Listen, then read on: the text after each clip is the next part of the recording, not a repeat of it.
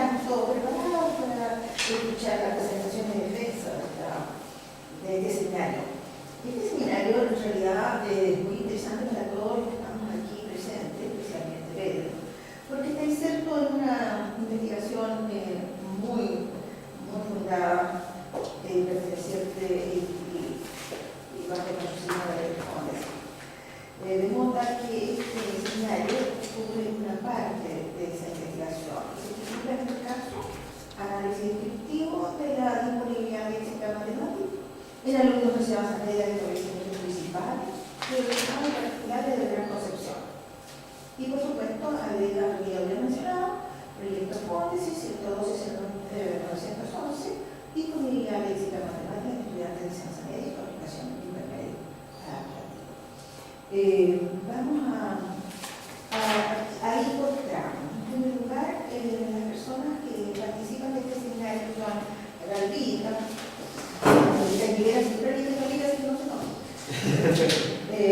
la Claudia, la Claudita también le digo siempre Claudia, y Víctor.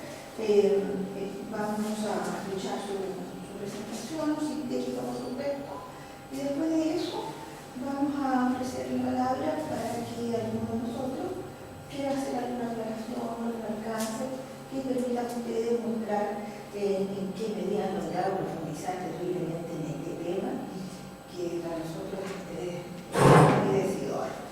Después de eso nos vamos a invitar a salir de la sala, a relajarse un rato para nosotros pensar cuál va a ser la calificación final, que no necesariamente puede ser igual para todos, para ustedes, sino que también puede ser diferenciada de acuerdo a lo que aquí suceda. Así es que adelante y cada uno de ustedes ha organizado, estamos dispuestos a escuchar. Buenos días, estimados profesoras, profesores. Mi nombre es Carmen Hilera, Víctor Medina y Claudia Soto. Estamos convocados para mostrar el desarrollo de lo que fue nuestra investigación titulada con el nombre Análisis descriptivo de la disponibilidad léxica matemática en alumnos de enseñanza media de establecimientos municipales, subvencionados y particulares de Gran Concepción. Para continuar, abordaremos los siguientes puntos: definición del problema y los objetivos que convocaron la investigación, el marco teórico para conocer un poco más sobre el tema, diseño de la investigación, cómo fuimos abordando paso a paso, análisis global de resultados, análisis por centros de interés y finalmente las conclusiones. Para comenzar, definiremos el problema gracias a todas las instancias que tuvimos durante estos 5 años de tener el acercamiento a los estudiantes de enseñanza media, poder conocerlos, poder conversar y poder conocer una situación problemática que nos llamó mucho la atención, que fue la comprensión de enunciados de problemas y ejercicios matemáticos. Generalmente los alumnos dicen, o nos tocó a nosotros vivir esa realidad, que nos decían: profesora, sabe que no es que no sepa la materia, sino que no entiendo lo que usted me está pidiendo. Entonces, en ese momento uno se da cuenta que el alumno tiene un vacío, o desconoce el léxico propiamente tal de la disciplina, dividido en sus ejes, que son números, álgebra, geometría, datos y azar.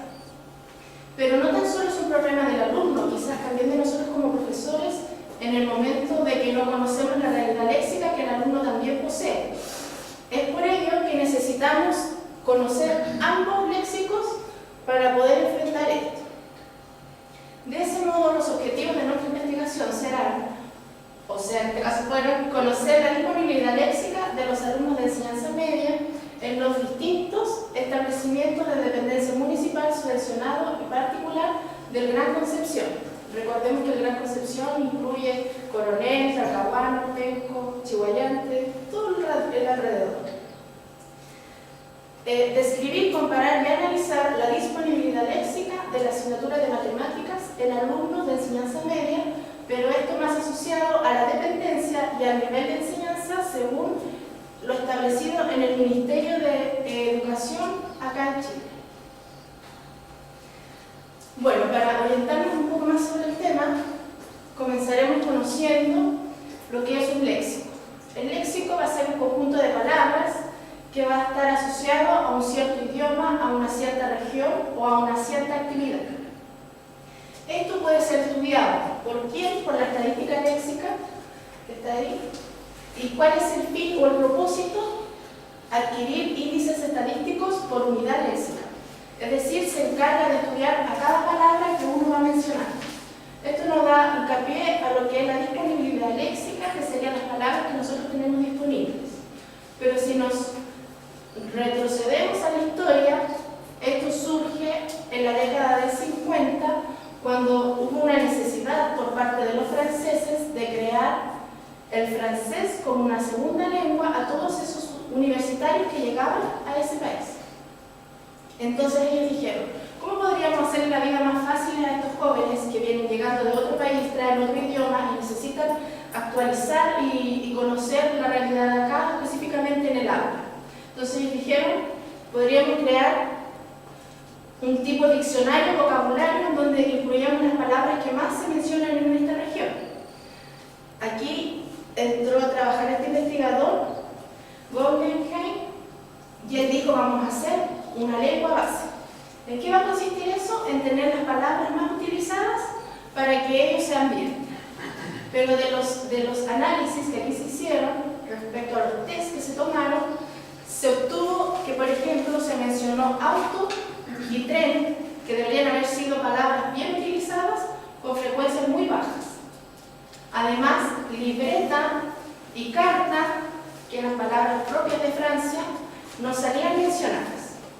Así que este análisis que se hizo, al final no tuvo buenos resultados, por lo que apareció un otro autor, que es Michea, quien dijo, tenemos que considerar que existen dos tipos de palabras, las palabras frecuentes y las palabras disponibles.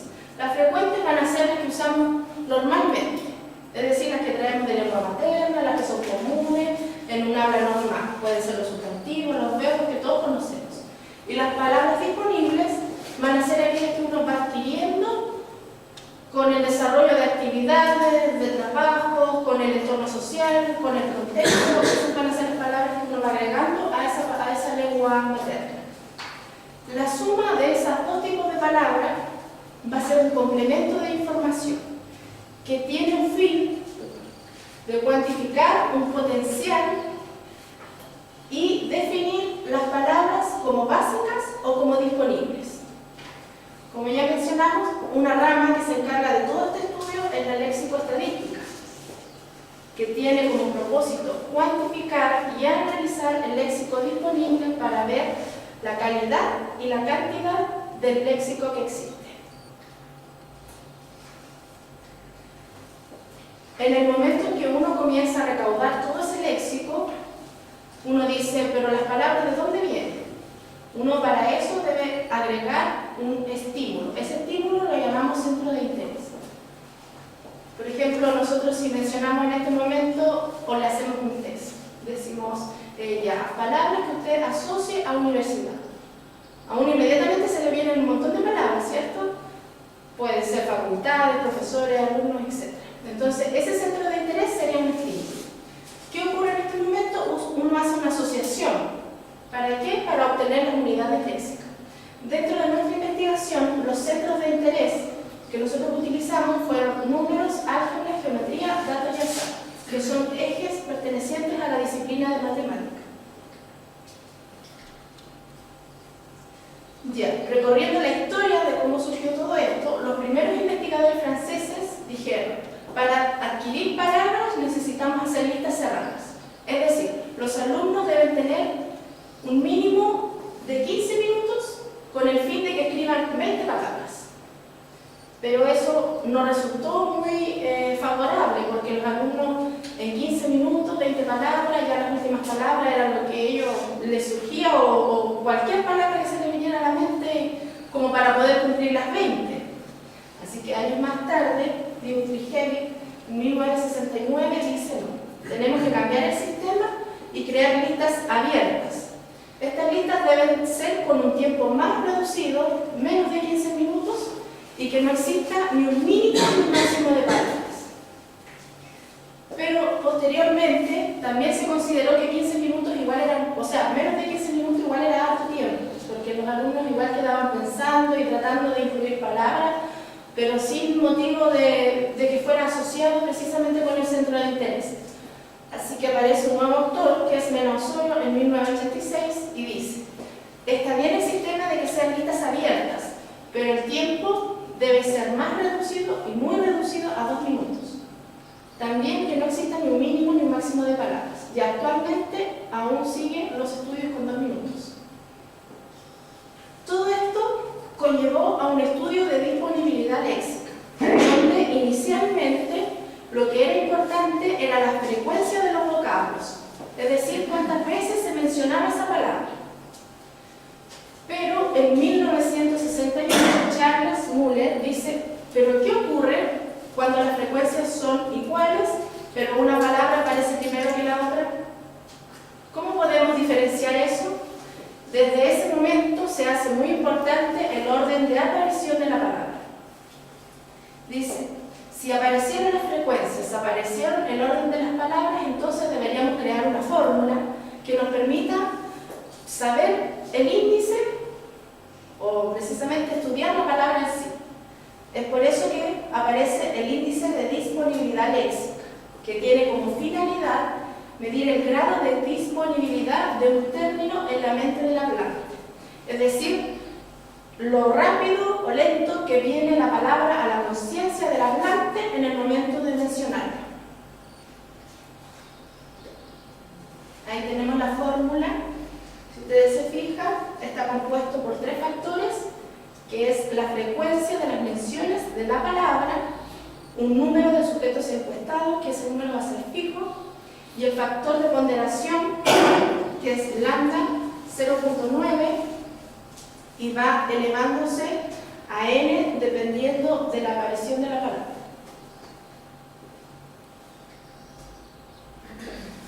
A manera de resumen, podemos decir que la comunicación es muy importante en el sentido de que nos entrega información léxica. Cada información o cada palabra que nosotros vamos conociendo tiene un significado. Nosotros le vamos dando un significado. Eso nosotros lo almacenamos. ¿Y dónde lo almacenamos? En el lexicón mental. En ese lugar nosotros guardamos todas las palabras con su significado, con su forma, con todo. Para poder tener acceso a ese léxico, hacemos uso de la memoria. La memoria nos ayuda a obtener eso. Y el proceso que nos lleva a llegar al acceso a las palabras está dividido en propiedades objetivas y propiedades subjetivas. Las objetivas, tenemos por ejemplo el caso cuando las palabras tienen letras cortas, o bien son parecidas las letras, por ejemplo casa, cama, se van repitiendo. Las palabras subjetivas, o sea las propiedades subjetivas, perdón, tienen que ver más con el tema de que uno va imaginando las cosas. Imagina, por ejemplo, cuando a uno le dicen un auto, uno lo imagina, porque lo conoce, es el concreto.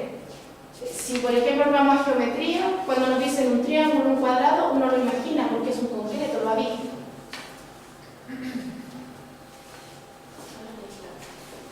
En cuanto al diseño de la investigación, nosotros definimos 2 variables en las cuales nos íbamos a basar toda nuestra investigación. Estas son la dependencia del establecimiento a la que pertenece el alumno y su nivel de enseñanza, que también ya lo había hablado mi compañero.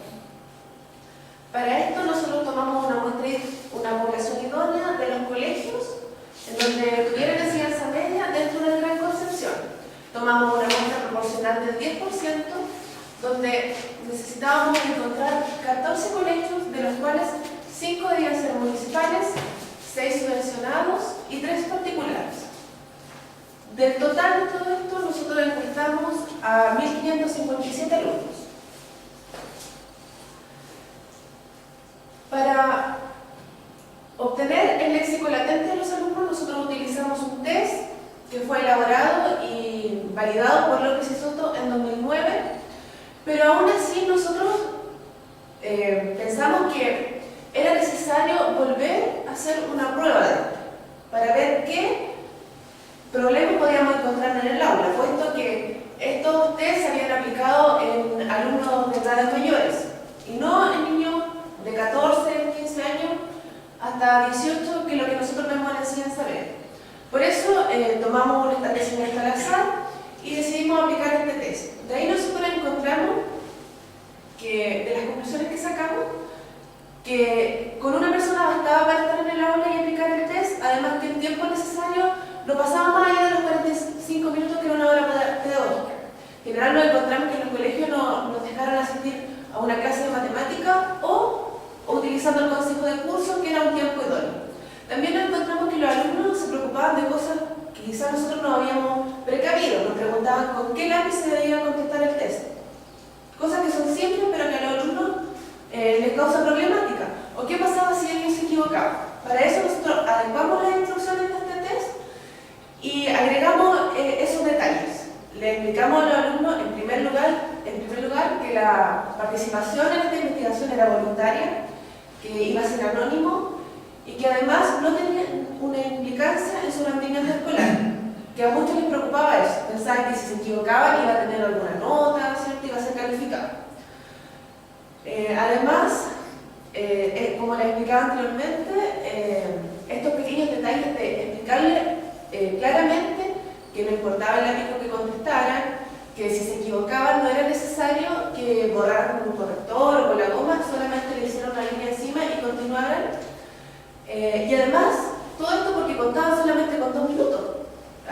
Entonces, si se dedicaban a borrar y a perder tiempo, se iban a desconcentrar. Entonces, todos esos detalles nosotros los analizamos y hicimos unas nuevas instrucciones a este test que había elaborado la profesora.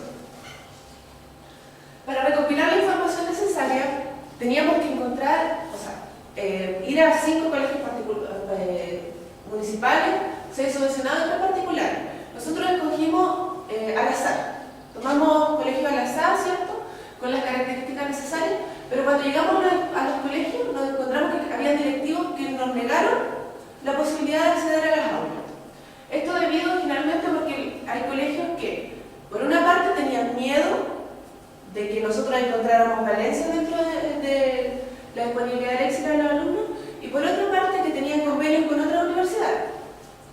También nos encontramos con colegios que estuvieron muy entusiasmados y que nos invitaron a participar, los invitamos a participar y aceptaron inmediatamente. Eso nos llevó a tener varias reuniones con directivos, nos costó mucho encontrar horarios idóneos y la recopilación de la información duró desde junio hasta diciembre del año pasado. Para procesar toda esta información que nosotros recopilamos de los test, encontramos que lo más idóneo era digitalizar esta información, ¿cierto? Para ello utilizamos el programa Excel y construimos una base de datos. Esta base de datos constaba de que cada libro del Excel correspondía a las respuestas en todos los centros de interés de cada curso. O sea, cada libro era un curso. Ahora, dentro de estos libros nosotros tenemos que estos tienen hojas. En la primera hoja se daban los datos personales del alumno, se le asignaba un número para obviar el nombre, ¿cierto? Porque era anónimo, y el sexo del alumno. En las hojas 2 a la 8 estaban los centros de interés que nosotros nos aplicamos. Como comentó Carla, nosotros vimos unos del área matemática, ¿cierto? Pero nosotros también aplicamos este test en el área medio de transporte, ciudad y la cocina y sus utensilios. Esto nosotros no lo utilizamos en nuestra investigación, pero sí se van a analizar en el área de lingüística del proyecto FONDES. Aquí hay un ejemplo de nuestra base de datos, ¿cierto? Aquí se puede notar que estamos en la hoja datos y azar. En la primera columna muestra la identificación del alumno, un número, ¿cierto? Hay que notar allí que se demuestra el número 1 y el 3. Eso quiere decir que el alumno 2 no puso ninguna respuesta en este centro de interés. En la segunda columna tenemos la ubicación de la palabra. Esto nos va a ayudar después a encontrar el índice de disponibilidad léxica, ¿cierto? Porque la fórmula nos medía el índice, o sea, la ubicación de la palabra. En la tercera columna aparece la palabra original. Esta palabra es idénticamente como el alumno la escribió en su hoja de respuesta. Por ejemplo, podemos notar allí que aquí abajo en probabilidad está con B corta, ¿cierto? Cosa que es errónea. Nosotros, en la última columna, que es la palabra modificado, ahí corregimos todas las faltas de ortografía, además que eliminamos los diminutivos. Por ejemplo, había palabras como triangulito, cuadradito. Entonces eso nosotros lo homogeneizamos y utilizamos solamente su forma primaria, como sin diminutivo. Además, eliminamos la forma plural y lo dejamos todo en sexo masculino. ¿Ya? Además, podemos notar que todas las palabras están escritas con mayúsculas y de tal modo eliminamos todas las indicaciones para que no hubiera error después al aplicar esto a otros programas, porque esta es la base de datos que se va a utilizar para otras tesis en otros programas.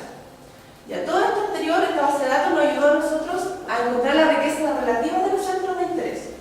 Para ello, nos guiamos por la investigación de Max Echeverría y buscamos dentro de nuestra base de datos, calculamos el promedio de respuesta por centro de interés. Además, el número de palabras diferentes que se da en cada centro. Y por último, el índice de cohesión. El índice de cohesión se calcula a través de la razón entre los otros dos valores.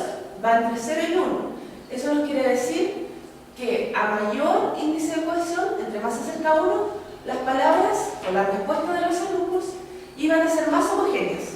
O sea que iban a ser más coincidentes. ¿Cierto? Ya. Max Echeverría en sus investigaciones nos dice que el promedio de respuesta y el número de palabras diferentes se veían muy afectados por algunos alumnos que, por ejemplo, ponían muchas respuestas. Por ejemplo, el número de palabras diferentes puede que en un curso muchos alumnos pongan 2 o 3 palabras, pero va a haber uno que quizás es un poco más aventajado y va a poner 30. Entonces no mide realmente cómo es un grupo. Para eso se creó el índice de cohesión. También el promedio se puede ver afectado por lo mismo. Entonces, para eso se creó el índice de cohesión. Y ahora vamos a analizar el promedio de palabras por centro de interés. Notamos aquí que el centro de interés geometría es el que tiene mayor productividad de respuesta. Lo sigue números, luego álgebra y datos y esa. De nuestra experiencia, nosotros creemos que esto se da porque geometría y números son ejes que los alumnos empiezan a ver desde muy pequeños. En la enseñanza preescolar, y ellos tienen la noción, ¿cierto?, de que se separa la matemática en una parte que se ocupan números y en la otra parte que es geometría. Ellos ven la figura geométrica, el cuadrado, el círculo, el triángulo, y por otro lado empiezan a contar, ¿cierto?, a escribir estos números. Entonces, esa noción la tienen desde muy pequeños. A pesar de que los datos, o sea, los centros, datos y álgebra también debieran ser vistos desde pequeños, no tienen esa noción de diferenciarlos y se profundizan más desde octavo, primero medio y la enseñanza media. Por eso nosotros creemos que tienen más latentes palabras en geometría y en el centro de números. Aquí podemos apreciar el número de palabras diferentes por centro de interés. Notar que el gráfico cambia, no tiene consecuencia con el anterior, no sigue el mismo orden.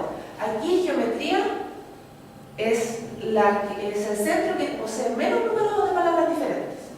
Y el que posee más es álgebra. ¿Ya? Ahí nosotros hacemos hincapié en que no tienen consecuencia. Entonces, quizá hay algún alumno aventajado que en álgebra pudo haber puesto más palabras diferentes. Para eso nosotros vamos a analizar el índice de cohesión por centro de interés, que es lo que realmente nos refleja la riqueza de estos centros. Notar que el índice de cohesión solamente nos sirve para comparar. O sea, yo puedo decir que los alumnos que respondieron en el centro de geometría tienen palabras más coincidentes, homogéneas, que datos y azar. Pero no puedo decir realmente que muchos alumnos dijeron palabras coincidentes en geometría. Solamente sirve para comparar uno a otro porque estamos viendo números decimales muy pequeños. ¿Ya? De nuestra investigación nosotros observamos lo que hizo Max Echeverría y él solamente comparaba los índices de un centro con el otro, ¿ya? Pero no era capaz de decidir desde qué punto el índice mostraba un grupo homogéneo en su respuesta. ¿Ya? Solamente podemos comparar. Creemos que esto que se da en geometría es porque los alumnos tienen mayor conceptos ahí que se pueden imaginar. Son cosas más concretas. Si a ti te dicen triángulo, te lo puedes imaginar, ¿cierto? Si a ti te te dicen, no sé, ellos tienen más noción de cosas concretas. A diferencia, por ejemplo, de datos y azar. ¿Ya? Ahora vamos a hacer un análisis más detallado que lo va a hacer el compañero.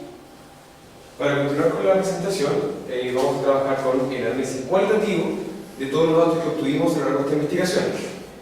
Voy a mostrarle diferentes tablas con las 50 palabras con mayor índice de disponibilidad léxica en los diferentes centros de interés, partiendo por el centro de interés número. En esta tabla podemos observar claramente que la primera posición es ocupada por el concepto suma. Para hacer este análisis más significativo, quisimos comparar esto con la utilización de este concepto en los contenidos mínimos obligatorios propuestos por el Ministerio de Educación. Resumen presentado de la siguiente forma. Vemos que el concepto suma es trabajado en primero medio, segundo medio, tercero medio y cuarto medio, lo que implica que la presencia de este concepto de manera directa o indirecta en la operatoria básica de la matemática hace que sea claramente más disponible en el lenguaje de nuestros estudiantes. Además podemos mencionar que le siguen a suma multiplicación, resta y división, que son las tres operaciones básicas restantes. En relación a ellas, a las cuatro operaciones básicas, debemos mencionar que también aparecen señalados algunos verbos que son asociados a esta, por ejemplo, sumar, contar, restar y dividir, lo que nos indica que estos conceptos asociados son incluidos en el aprendizaje de nuestros estudiantes más como una acción que como un sustantivo propiamente tal. Lo que nos causó curiosidad es que dentro de esta gama de palabras, de vocablos que aparecieron señalados, aparecen algunos que no tienen una relación directa con las asignaturas. Por ejemplo, calculadora, que aparece en una posición distinguida en la tabla. No es un contenido, pero sí nos indica que nuestros estudiantes hacen uso de esta herramienta tecnológica para apoyar el desarrollo de la asignatura. Continuando con el centro de interés álgebra, podemos darnos cuenta que la primera posición la ocupa el vocablo número.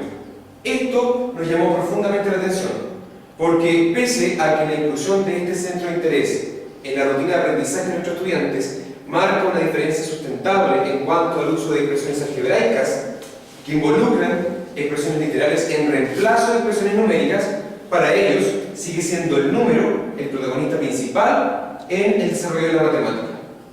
Esto puede significar que los alumnos lograron comprender el nivel de abstracción que existe entre estos dos conceptos, es decir, del número a la letra.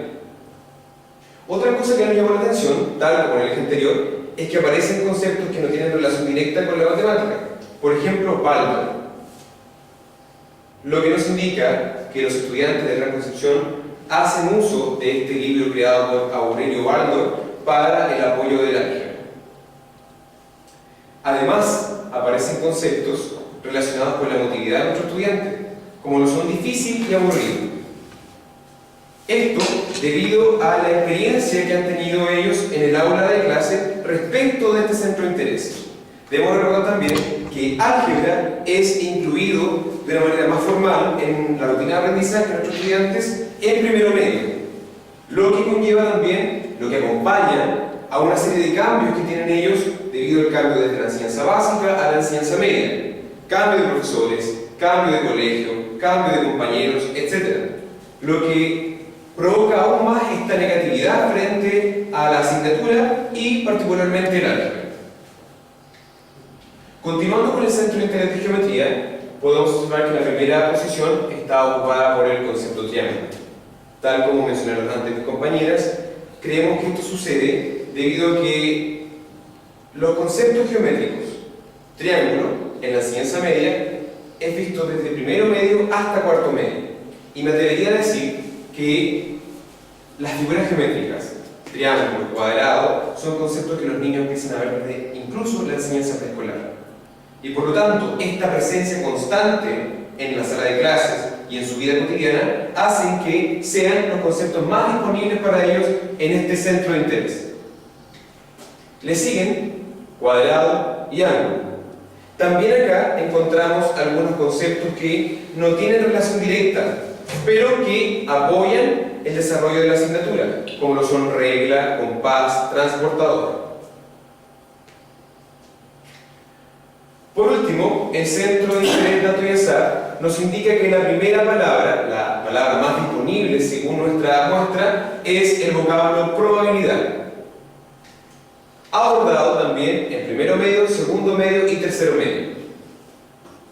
Me voy a detener en este caso porque debo mencionar que nos causó bastante curiosidad ver la cara de incertidumbre de nuestros estudiantes cuando les mencionamos el Centro de Interés Dato y Azar.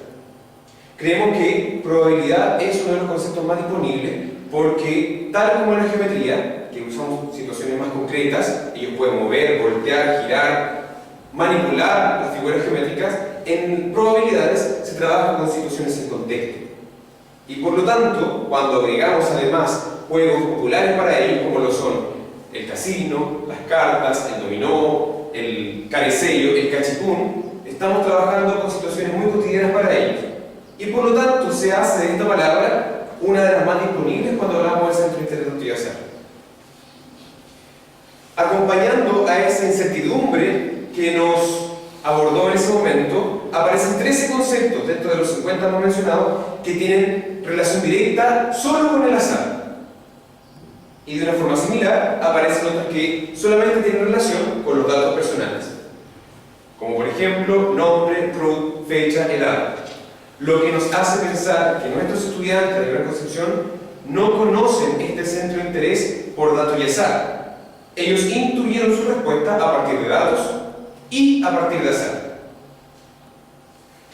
Finalmente, quiero mencionar algunas de las conclusiones más importantes que tenemos en nuestra investigación.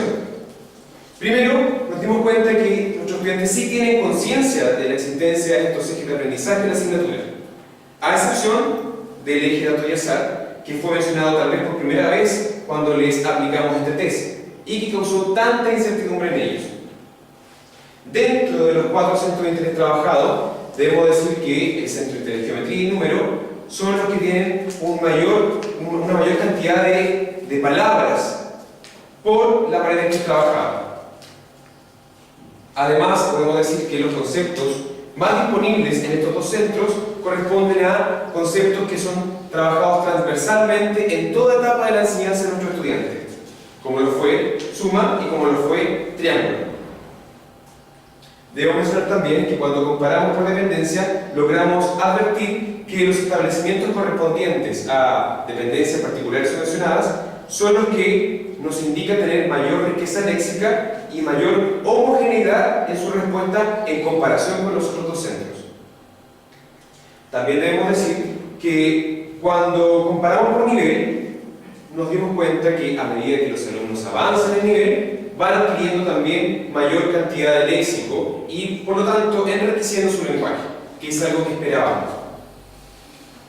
Cuando se trabaja en geometría, tal como lo mencionamos antes, estamos trabajando con concreto y por lo tanto uno de los ejes que tiene mayor riqueza léxica y también uno de los que los alumnos muestran más simpatía cuando conversamos sobre ello. Esto porque es trabajado, como mencioné antes, de una forma más concreta, al igual que el número, con situaciones en contexto, lo que nos indica que sí podemos remediar lo que sucede en los otros 2 centros. Por ejemplo, el álgebra. Tal vez utilizando mayores situaciones en contexto, vamos a lograr que nuestros estudiantes adquieran una mayor riqueza léxica y mayor simpatía frente a este centro de interés.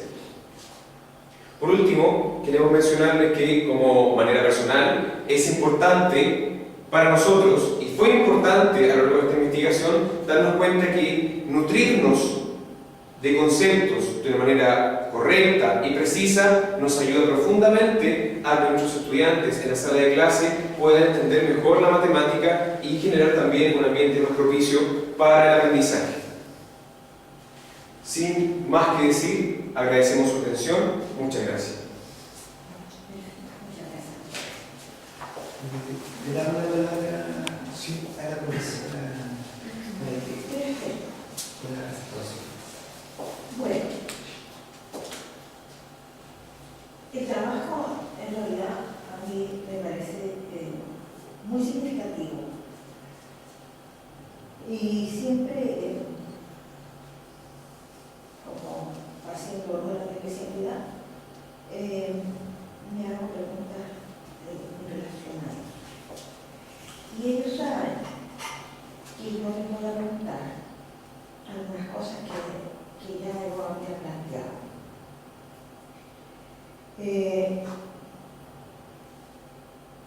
Yo tengo dos tipos de anotaciones acá. Una tiene que ver con la presentación de cada uno y otras son más generales. Voy a empezar por la general.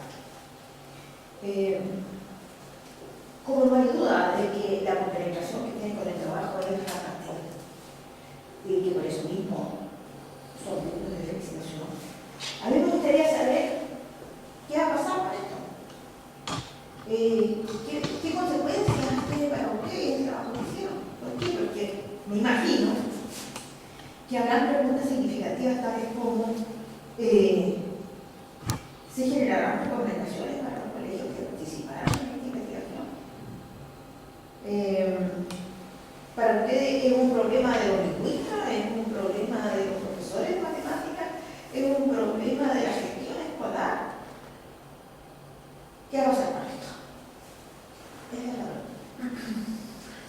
Tal como mencioné en la conclusión final, creemos que es muy importante el hecho de hacernos como docentes responsables parte de esta situación, porque tenemos que tener en claro de que cuando vamos a un establecimiento, los niños pueden estar rodeados de un ambiente social a lo mejor no muy favorable para ellos en cuanto al léxico que trabajan, pero es nuestra labor enriquecerlos para propiciar el aprendizaje en la sala de clase. Y eso lo tenemos que hacer nada más que utilizando el lenguaje correcto y apropiado. Claro, su respuesta en realidad es muy buena. Sin embargo, el trabajo que uno hace de este tipo tiene que difundirse. Entonces no me cabe la menor duda de que ustedes siempre van a estar pendientes de esto porque trabajar profundamente en ello. Sí, pero no me interesa. Porque ya que instalamos ustedes, se ve claramente qué es lo que va a pasar con los demás. ¿Cómo lo van a hacer? ¿Cuáles son las proyecciones de esto para vosotros? Bueno, de manera personal, pensaba, yo decía, bueno, si llego a un establecimiento nuevo, esto podría ser como una idea para seguir en el consejo de profesores, mencionarlo porque es un tema importante, no tan solo en el área de matemáticas, sino que en ciencia, en arte visual, en todos los alumnos deberían conocer ese concepto de su área. Entonces quizás esa sería una buena idea como para comenzar, decirlo en un consejo de profesores cuando uno llega, cuando le da la bienvenida y todo, ya entrar en hacer la presentación. Claro, yo creo que de la investigación, yo creo que lo más significativo era dar cuenta de que geometría y números son los ejes que los niños tienen más arraigados. O sea, ¿y por qué se da eso? Porque nosotros necesitamos eso, a mí me entusiasma terriblemente, pero quiero sacarme el yo. Claro. No lo quiero tener. Es que a eso voy nosotros. A eso voy yo, o sea, claro. Si uno puede, como decía Carla, en su establecimiento donde uno va a trabajar, inculcarle al resto de los profesores que lo que nosotros investigamos y lo que nosotros hacemos fue eso, fue gracias a que se trabajan muchas situaciones en concreto, en contexto. Y eso es lo que falta en el aula hoy en día. Y por eso se da que en álgebra los niños hablan de número y letra.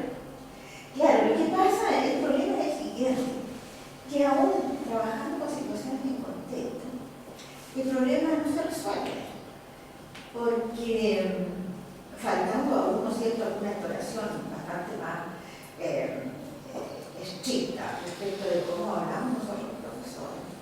La verdad es que hay una debilidad enorme en términos de la capacidad de expresión verbal oral y escrita de nosotros. Entonces, hay un refundido de variables ahí bien complejo e interesante de investigar, que probablemente, ¿no es cierto?, vamos a tener que tomar con cierta calma en el tiempo, pero yo creo que con el profesor Pedro y con nosotros tendríamos que pensar en estrategias que permitan difundir, al menos en los colegios en que se trabajó, estos descubrimientos, pero más con la intención de menoscabar el yo de ellos y decir que, bueno, ya cómo se la van a arreglar aquí con este problemita que tenemos. Bueno, en relación a lo mismo, tenemos que señalar que una de las cosas que nos llamó la atención en este trabajo es que estábamos aportando algo mucho más grande, que es, por ejemplo, eso, y que va a tener como primer paso el hecho de invitar a los estudiantes a utilizar el LexMath, que debería proporcionar este léxico y ayudarnos a enriquecer el léxico de nuestros estudiantes, y que también debemos decir que fue como un gancho para que los establecimientos aceptaran participar con nosotros. Entonces ellos deben estar expectantes ahora de poder llegar y entrar a esa plataforma y poder de alguna manera aportar a eso. Claro, o sea, yo me alegro de haber terminado, pero la verdad es que terminar esta carta. Sí. De hecho, nosotros cuando asistíamos a las reuniones con los directivos ¿Sí? de los colegios, ellos nos preguntaban, ¿sabes qué nosotros obtenemos a cambio? Nosotros tenemos que tener alguna ganancia de esto. Y el gancho era, como decía Víctor, el acceso a la plataforma y también los resultados de nuestra investigación. Así que por lo menos de estos 14 colegios que nosotros aplicamos los test a los alumnos, ellos van a tener esta nueva información. Claro, pero fíjate tú que la experiencia te va a decir que todo eso podría no resultar, porque se quedan con la información ahí Claro. y no hace nada. Entonces hay que trabajar para que hagan nada. Lo otro, yo considero que podría ser importante la formación de profesores. O sea, acá en la universidad yo creo que estamos bastante claros, bastante bien, pero no es solamente una universidad la que genera profesores de matemáticas. Entonces, Mira, quizás por ahí podría también trabajarse, porque nosotros aplicamos encuestas a profesores, no fueron parte de nuestra investigación en sí, Claro. pero había bastantes profesores que también colocaban las palabras que se le venían a la mente rápidamente, pero que no tenían mucha conexión con el centro. Claro. Eso tiene que ver también con la educación continua, o sea, uno se queda con esto de ser profesor, de ser docente, ¿cierto? Pero tampoco uno sigue madurando su aprendizaje, o sea, nosotros también somos alumnos eternos. Permanentemente, es cierto, muy cierto. Bueno, eso me parece una vía interesantísima de desarrollo de esto que se está haciendo, de modo tal que veo un futuro brillante de acciones para ayudar a superar estos problemas. Ahora voy a ir a cositas que están relacionadas con el texto. Y, por ejemplo, en el texto está la fórmula que tú presentaste, Galeta. Pero me llamó la atención ahí que en la fórmula aparece un factor de ponderación dado por lambda. Pero al leer tú el párrafo completo que se refiere a eso, en ninguna parte se establece cómo se define ese factor. No sé si ustedes hablarán un poco más en profundidad sobre cómo... Decía que era un valor que se utilizaba en la estadística porque provocaba mayor ponderación. Claro, pero eso no es ninguna explicación. No. Entonces, eso me llamó la atención y dije yo, bueno, voy a que no se me olvide y por eso ojeaba para anotar las páginas. Sí, la verdad es que hay bastante cabos sueltos en cuanto a las fórmulas, porque se acuerda que conversamos en una reunión, nosotros después llegamos a conversar con los profesores, buscamos la bibliografía y si había también, por ejemplo, valores para la disponibilidad léxica. O para el índice de cohesión que yo como comenté, o sea, en el índice de cohesión uno puede decir, ya, desde este punto para adelante, la muestra es homogénea. Todas las respuestas son homogéneas. No, la verdad que no había, por eso nosotros nos atrevimos a inferir de esa manera. Solamente comparamos que uno es más cohesionado que otro, nada más que eso. Así que eso me llamó la atención. No necesariamente va a ser progreso, pero para tomar conciencia, ¿no es cierto?, de que hay cosas por aclarar. Pero eso va a depender de porque está en otro centro de interés. Pero ahí hay algo, muy sacado. Respecto de lo que trabajó Claudia, me llamó profundamente la atención y hace rato que me está llamando la atención y lo estoy ya mencionando en varias ocasiones. Lo que pasa que el Excel a usted es muy útil, a todo no es súper útil. Hoy hace gráficos para arriba abajo, y todos esos gráficos que usted mostró no necesariamente cumplen con las restricciones de la estadística como ciencia. Fíjese nomás, ¿para qué lo vamos a aprender de nuevo? Pero, ¿no es cierto?, no hay eje. En los ejes no están identificadas las variables. O sea, el gráfico está súper bonito, si yo no quiero echar abajo el gráfico. Estoy diciendo que le faltan elementos estadísticos de base para la comprensión. ¿Se fijan? Entonces eso no tiene arreglo. Siempre y cuando usted no saca a veces que yo no me meto. Yo lo que estoy diciendo es que le falta. Le falta. Ahora, ¿cómo lo van a arreglar? No sé, esa es más que Tiene arreglos. Claro. Entonces, hay algunas páginas específicas que he ido aquí para ubicar aquí. Y con Víctor, ¿no es cierto? Yo me fijaba en que, en realidad, dentro de los ejes temáticos, la verdad es que la nueva proposición del Ministerio empezó denominando este nuevo eje que por primera vez se toma significativamente en cuenta dentro de la formación escolar en matemática, es de datos de azar. Bueno, los estadísticos quieren que no se diga matemática, sino que se diga estadística exactamente. No sé dónde estará la esencia de esa cosa, ¿no? Y bueno, y hoy día, ¿no es cierto?, ya no hablamos de datos de azar, sino que hablamos de datos y probabilidades. Entonces, en el discurso, ¿no es cierto?, nosotros vamos a tener que tener cuidado de expresarlo como datos y probabilidades antes que como datos de azar. En todo caso, profesora, en el marco teórico nosotros profundizamos ahí a qué correspondía cada eje y nombramos que estaba con relación al ajuste de 2009. Claro, pero no me refiero a eso, me refiero a la presentación oral. Entonces, ¿no es cierto?, quedamos en que la expresión correcta oral es datos y probabilidades. Ahora, hay una cosa que me llamó la atención porque es muy cierto que uno nace sabiendo lo que es piano. Uno nace, va al kinder, que al kinder va a la sala y ya entonces se encuentra con el piano. Entonces, ¿cierto?, lo que pasa es que nosotros no debemos considerar que incluso en la educación básica se considera la palabra piano, sino que la palabra Con seguridad. con seguridad está, ¿no es cierto?, en todo el currículum escolar, desde prebásica a media, permanentemente presente en la mente del estudiante. Por eso que, claro, es lo primero que se les ocurre decir. Entonces, no sé si estará escrito como incluso. La verdad es que no alcanzo a darme cuenta. Pero habría que revisar si es que está escrito incluso. A lo mejor utilicé mal concepto porque lo que quise decir en realidad es que como la investigación era de primero a cuarto medio, yo estaba ahí yéndome a una población que no estaba considerada. Quería referir, claro. Claro. ¿Te fijas? Y ahí entonces no sé si estará escrito incluso o como dices tú en el No está. No, está como que creíamos nosotros que... Ya. Eso es todo lo que quería conversar con ustedes. Gracias. Muchas gracias. Le damos entonces la palabra al profesor Quiroga. Buenos días. Buenos días. Preguntas puntuales inicialmente y después una acotación también al informe.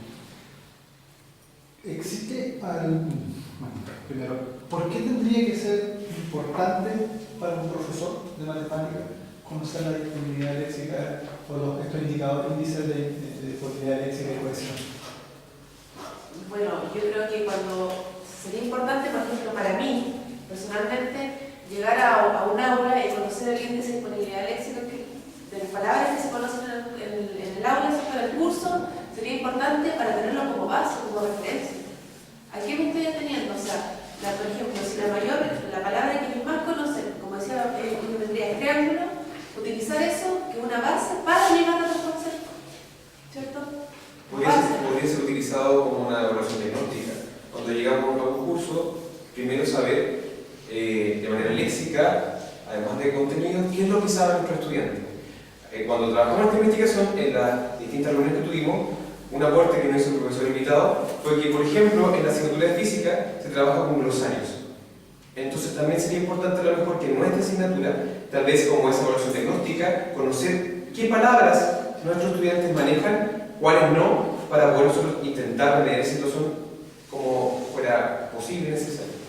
Profesor, y así como lo mencionamos, si ellos conocen nuestro léxico y nosotros conocemos el de ellos, tenemos una mejor comunicación porque hay más comprensión. Hay veces que los estudiantes se quedan en el enunciado, o bien cuando dice compare los términos, si son semejantes o no.